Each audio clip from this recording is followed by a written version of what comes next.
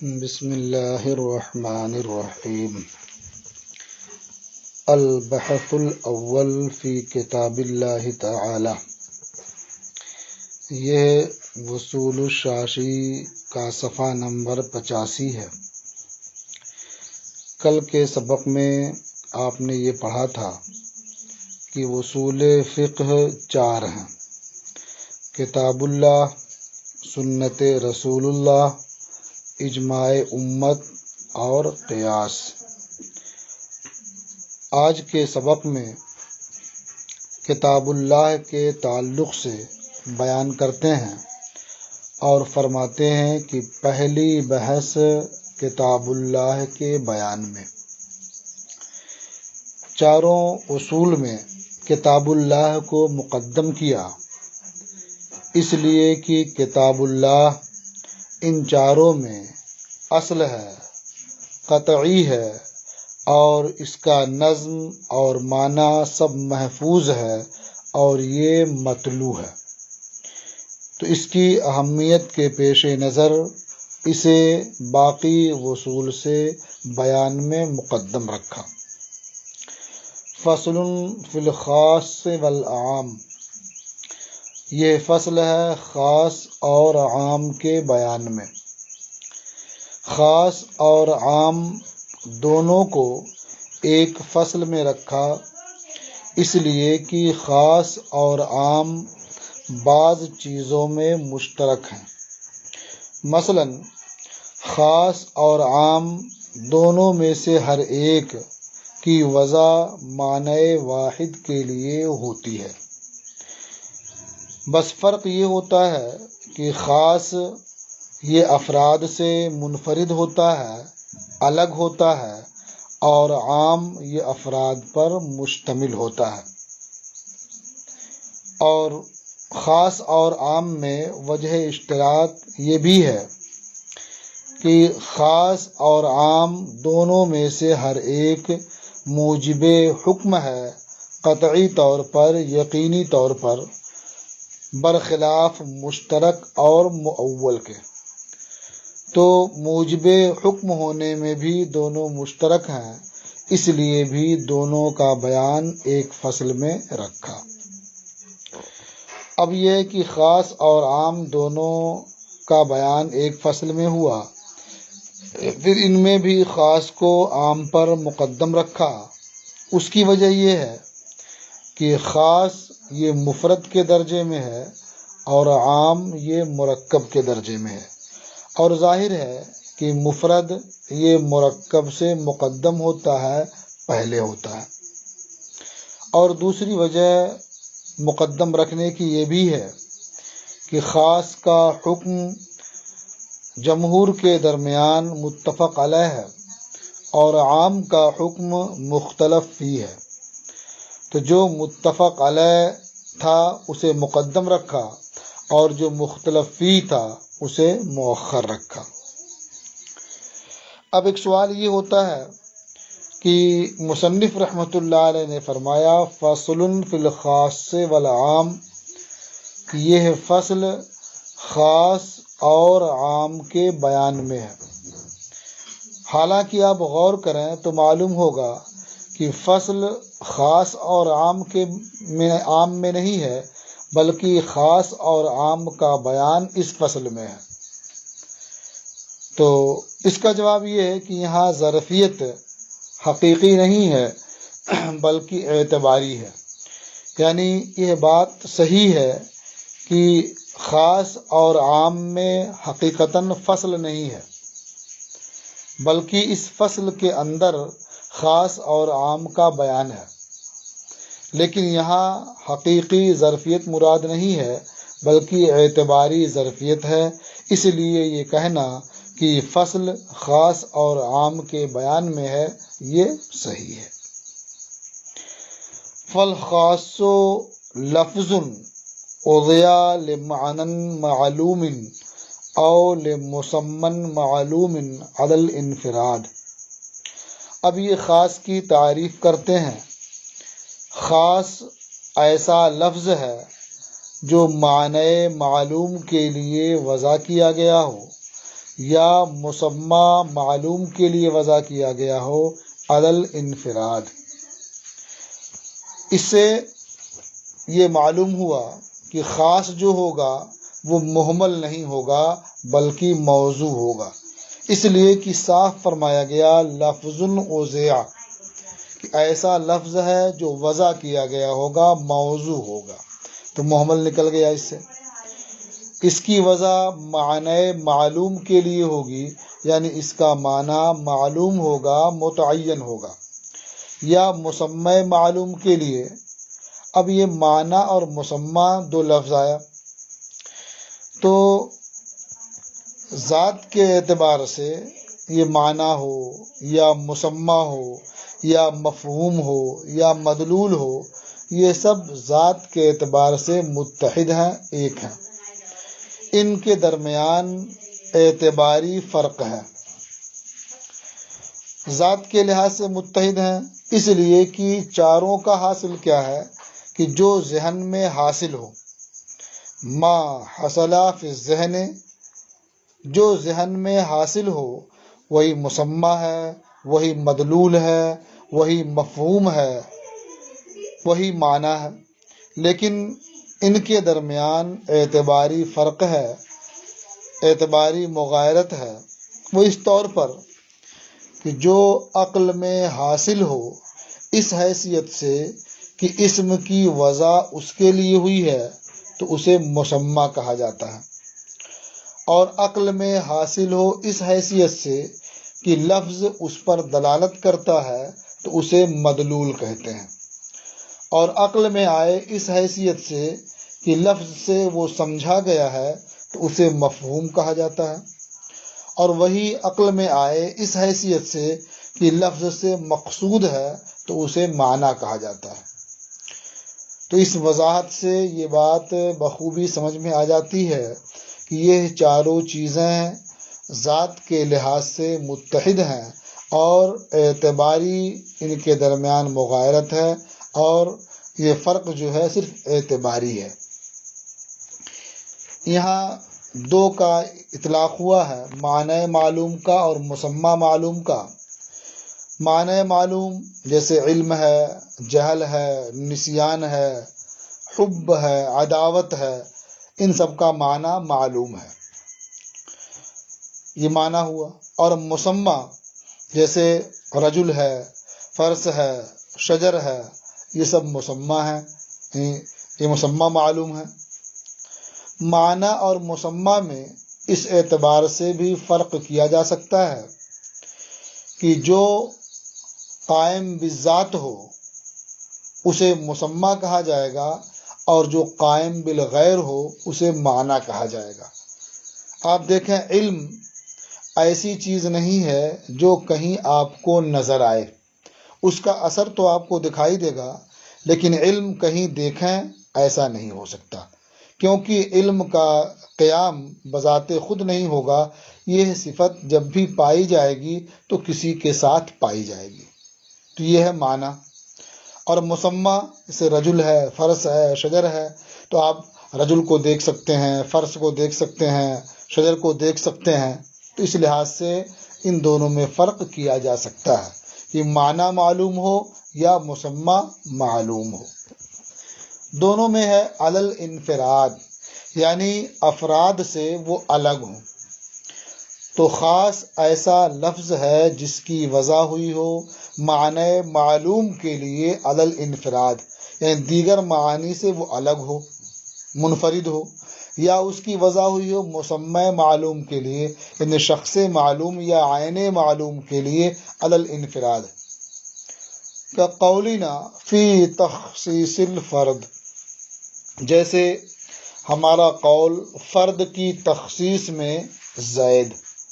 جب ہم زید کہتے ہیں تو یہ خاص الفرد ہے، یعنی یہ خاص ہے اور یہ فرد ہے، نوع یا جنس نہیں ہے۔ اور نوع کی تخصیص میں رجل اور جنس کی تخصیص میں انسان۔ رجل یہ بھی خاص ہے لیکن یہ خاص النوع ہے،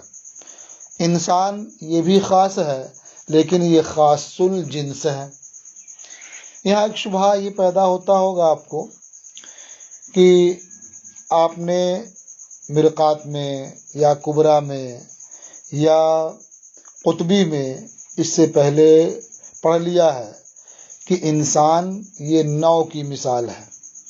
اور جنس کی مثال میں آپ نے حیوان پڑھا ہے، اور یہاں نوع کی مثال میں رجل پڑھ رہے ہیں اور جنس کی مثال میں انسان پڑھ رہے ہیں، تو آپ کو اس تعریف اور مثال کی روشنی میں یہ مثال تو واقع کے خلاف معلوم ہوتی ہوگی۔ تو ظاہر ہے ان دونوں میں فرق ہے، اس میں کوئی شبہ نہیں، لیکن وہ جو آپ نے پڑھا ہے وہ منطق کی اصطلاح تھی، اور ابھی آپ جو پڑھ رہے ہیں یہ اصول فقہ پڑھ رہے ہیں۔ اصول فقہ میں نوع کی جو تعریف ہے یہ وہ نہیں ہے جو آپ منطق میں پڑھ چکے ہیں۔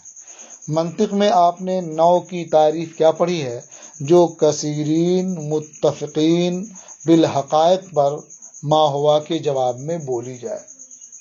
تو کثیرین متفقین بالحقائق یہ نوع ہے منطق کے لحاظ سے،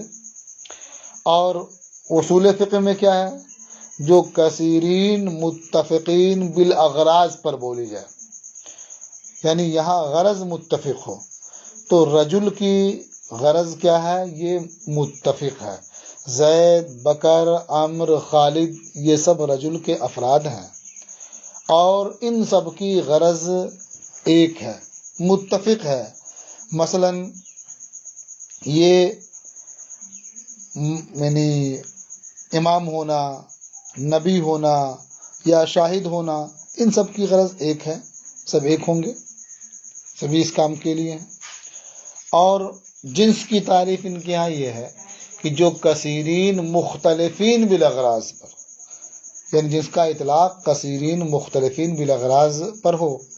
تو انسان کی غرض مختلف ہے، اس لیے کہ انسان میں مرد بھی ہیں تو ان کی غرض الگ ہے جو آپ نے پہلے سن لی، اور انسان میں عورت بھی ہیں ان کی غرض الگ ہے، مثلا فراش بننا، بچہ جننا، گھر کے امور انجام دینا، یہ سب عورت کی تخلیق سے غرض ہے۔ تو انسان یہ کثیرین مختلفین بالاغراض پر بولا جاتا ہے، اور رجل یہ کثیرین متفقین بالاغراض پر بولا جاتا ہے، اس لیے یہ نوع کی مثال میں یہاں رجل کو پیش کیا گیا ہے اور جنس کی مثال میں انسان کو پیش کیا گیا ہے۔ تو فرق یہی ہوا کہ وہاں کثیرین متفقین بالحقائق ہیں اور کثیرین مختلفین بالحقائق ہیں نوع اور جنس میں، اور یہاں کثیرین متفقین بالاغراض اور کثیرین مختلفین بالاغراض۔ تو یہ تعریف یاد رکھیں گے تو اس مثال میں آپ کو اشتباہ نہیں ہوگا۔ تو زید یہ خاص الفرد کی مثال ہے، رجل یہ خاص النوع کی مثال ہے، اور انسان یہ خاص الجنس کی مثال ہے۔ زید یہ خاص ہے فرد کے اعتبار سے، دیگر افراد اس میں شامل نہیں ہو سکتے۔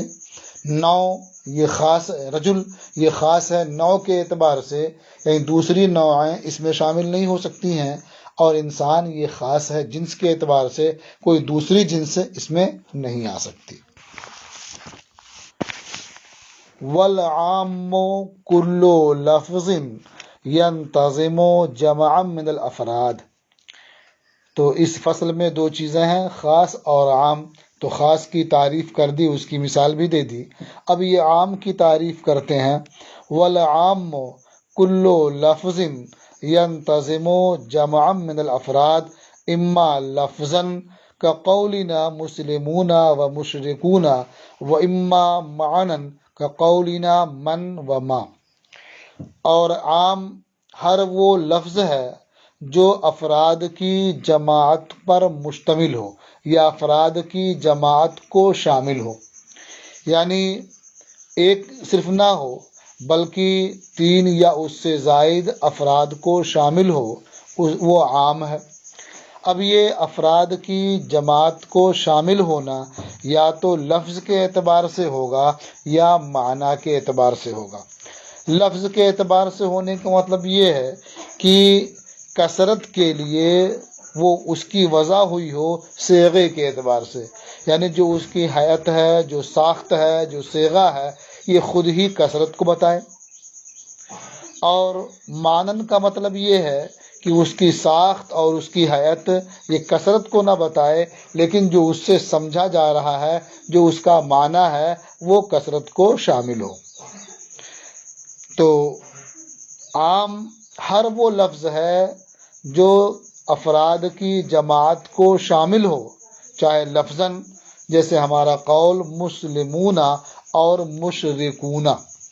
تو مسلمون یہ جو وزن ہے یہ خود کثرت کو بتاتا ہے، اور مشرکون جو جمع کا صیغہ ہے یہ خود کثرت کو بتاتا ہے۔ اور یا تو معنن افراد کی جماعت کو شامل ہو، جیسے ہمارا قول من اور ما۔ من عموماً ذوی العقول کے لیے آتا ہے، اور ما عموماً غیر ذوی العقول کے لیے آتا ہے۔ تو یہ من اور ما یہ صیغے کے لحاظ سے کثرت کو نہیں بتاتے ہیں، لیکن معنی کے لحاظ سے کثرت کو بتاتے ہیں۔ تو عام کی بھی تعریف ہو گئی اور اس کی مثال ہو گئی۔ اب یہ خاص کا حکم بیان فرماتے ہیں، کہتے ہیں وَحُکْمُ الْخَاصِ مِنَ الْكِتَابِ وُجُوبُ الْعَمَلِ بِهِ لَا مَحَالَةَ۔ کتاب اللہ کے خاص کا حکم، اس پر یقیناً عمل کا واجب ہونا ہے۔ یعنی کتاب اللہ کا جو خاص ہوگا اس پر یقینی طور پر عمل واجب ہوگا، قطعی ہے، وہ عمل کا وجوب قطعی اور یقینی ہوتا ہے۔ فَإِنْ قَابَلَهُ خَبْرُ الْوَاحِدِ أَوِ الْقِيَاسُ فَإِنْ أَمْكَنَ الْجَمْعُ بَيْنَهُمَا بِدُونِ تَغْيِيرٍ فِي حُكْمِ الْخَاصِ يُعْمَلُ بِهِمَا وَإِلَّا يُعْمَلُ بِالْكِتَابِ وَيُتْرَكُ مَا يُقَابِلُهُ۔ اب اگر کتاب اللہ کے خاص کے مقابل خبر واحد آ جائے یا قیاس آ جائے، یعنی کتاب اللہ کا جو خاص ہے اس سے کوئی حکم معلوم ہوتا ہے اور خبر واحد سے کوئی دوسرا حکم معلوم ہوتا ہے، تو گویا خبر واحد کتاب اللہ کے خاص کے مقابل ہے، یا قیاس کسی اور حکم کا متقاضی ہے تو قیاس گویا کتاب اللہ کے خاص کے مقابل ہو گیا۔ تو اب ایسی صورت میں چونکہ خبر بھی یہ اصول اربع میں سے ہے، قیاس بھی اصول اربع میں سے ہے، تو اس طرح سے دو چیزیں باہم متعارض ہوئیں، ایک دوسرے کے مقابل آ گئیں، تو اب اس کا ضابطہ یہ ہے کہ اگر دونوں اصول پر عمل کرنا ممکن ہو، یعنی دونوں سے جو احکام ثابت ہو رہے ہیں دونوں پر عمل کیا جا سکے کتاب اللہ کے خاص میں بغیر کسی تبدیلی کے، تو دونوں پر عمل کر لیا جائے گا۔ اور اگر ایسا ممکن نہ ہو تو کتاب اللہ کے خاص پر عمل ہوگا، اور اس کے مقابل جو خبر واحد یا قیاس ہے اسے ترک کر دیا جائے گا۔ اس کی مثال آگے آپ پڑھیں گے تو سمجھ میں آیا کہ خبر واحد اور قیاس کتاب اللہ کے مقابل اگر آ جاتے ہیں تو کتاب اللہ پر عمل کرتے ہوئے اس پر بھی عمل کرنا ممکن ہو تو دونوں پر عمل کر لیں گے، اور اگر ایسا نہ ہو تو کتاب اللہ پر عمل ہوگا اور خبر واحد یا قیاس کو ترک کر دیا جائے گا۔ یہاں ایک شبہہ یہ ہوتا ہے کہ مقابل یا معارض ہونے کے لیے ضروری ہے کہ دونوں ہم پلہ ہوں، تب تو مقابلہ ہوگا یا تعارض ہوگا، اور ظاہر ہے کہ خبر واحد یا قیاس کتاب اللہ کے مقابل میں کمزور ہیں، ضعیف ہیں، تو پھر یہ تعارض کیسے ہوگا؟ تو اس کا جواب یہ ہے کہ یہاں خبر واحد یا قیاس کے مقابل آنے کا مطلب یہ نہیں ہے کہ یہ اصطلاح کے لحاظ سے دونوں متعارض ہوں، بلکہ لغت کے لحاظ سے یہاں متعارض ہونا مراد ہے، یعنی جو حکم کتاب اللہ سے ثابت ہو رہا ہے بظاہر خبر واحد سے اس کے خلاف ثابت ہو یا دوسرا حکم ثابت ہو، تو یہاں بظاہر ایک دوسرے کے مقابل یا ایک دوسرے کے معارض ہونا مراد ہے، جو اصطلاح ہے تعارض کی وہ مراد نہیں ہے۔ کہتے ہیں وَحُکْمُ الْخَاصِ مِنَ الْكِتَابِ وُجُوبُ الْعَمَلِ بِهِ لَا مَحَالَةَ اور کتاب کے خاص کا حکم اس پر عمل کا وجوب ہے یقینی طور پر۔ فَإِنْ قَابَلَهُ خَبْرُ الْوَاحِدِ أَوِ الْقِيَاسُ، تو اگر کتاب اللہ کے خاص کے مقابل خبر واحد یا قیاس ہو، فَإِنْ أَمْكَنَ الْجَمْعُ بَيْنَهُمَا بِدُونِ تَغْيِيرٍ فِي حُكْمِ الْخَاصِ يُعْمَلُ بِهِمَا، تو اگر دونوں کے درمیان تطبیق ممکن ہو بغیر خاص کے حکم میں کسی تبدیلی کے، زیادتی اور نقصان کے، یعمل بہما، تو دونوں پر عمل کیا جائے گا، وَإِلَّا یعمل بالکتاب وَيُتْرَكُ مَا يُقَابِلُهُ، ورنہ یعنی اگر دونوں کے درمیان تطبیق اور جمع کا امکان نہ ہو تو کتاب اللہ کے خاص پر عمل کیا جائے گا اور اس کے مقابل جو خبر واحد یا قیاس ہے اسے ترک کر دیا جائے گا۔ مثالہ فی قولہ تعالی، اب اس کی مثال کہ جہاں کتاب اللہ کا خاص بھی موجود ہے اور اس کے معارض قیاس ہے یا کوئی اور چیز ہے تو کتاب اللہ کے خاص پر عمل ہوگا اور جو اس کے معارض یا مقابل ہے اسے ترک کر دیا جائے گا۔ اس کی مثال مثالہ فی قولہ تعالی یتربصن بانفسہن ثلاثۃ قروء، اللہ تبارک و تعالی نے قرآن کریم میں ارشاد فرمایا مطلقہ عورتوں کی عدت کے تعلق سے کہ والمطلقات یتربصن بانفسہن ثلاثۃ قروء، اور طلاق والیاں اپنے آپ کو 3 قروء روکے رکھیں، یعنی 3 قروء عدت گزاریں۔ اب اس آیت میں لفظ ثلاثہ یہ خاص ہے عدد معلوم کی تعریف میں، یعنی ثلاثۃ قروء میں جو لفظ ثلاثہ ہے یہ خاص ہے، اس کا معنی بالکل معلوم ہے کہ یہ معلوم عدد کے بتانے کے لیے آتا ہے جو ہے 3، یعنی 2 سے زائد جو ہوتا ہے 2 کے بعد آتا ہے اور 4 سے پہلے آتا ہے، تو یہ عدد معلوم ہے، اسی کو بتانے کے لیے لفظ ثلاثہ کی وضع ہوئی ہے۔ تو اب اس پر عمل کرنا بہر صورت واجب ہوگا کیونکہ کتاب اللہ کے خاص پر عمل قطعی طور پر واجب ہوتا ہے۔ تو اب ثلاثہ پر عمل کرنا ضروری ہے، تو اگر کوئی ایسی صورت پیدا ہو کہ ثلاثہ پر عمل نہ ہو سکے تو اس صورت کو ترک کر دیا جائے گا۔ اب یہاں ایک احتمال یہ ہے کہ قروء یہ قرعن کی جمع ہے اور القرع کا معنی ہوتا ہے حیض اور طہر، یعنی اس کا معنی حیض بھی ہے اور طہر بھی ہے۔ اب یہاں اسی کی جمع ہے قروء، تو حیض معنی مراد ہو یا طہر ہو، اس سلسلے میں اختلاف ہے ہمارے اور امام شافعی رحمۃ اللہ تعالی علیہ کے درمیان۔ امام شافعی رحمۃ اللہ تعالی علیہ کا مذہب یہ ہے کہ یہاں یہ قروء سے مراد یہ طہر ہیں، اطہار ہیں، اور احناف کے نزدیک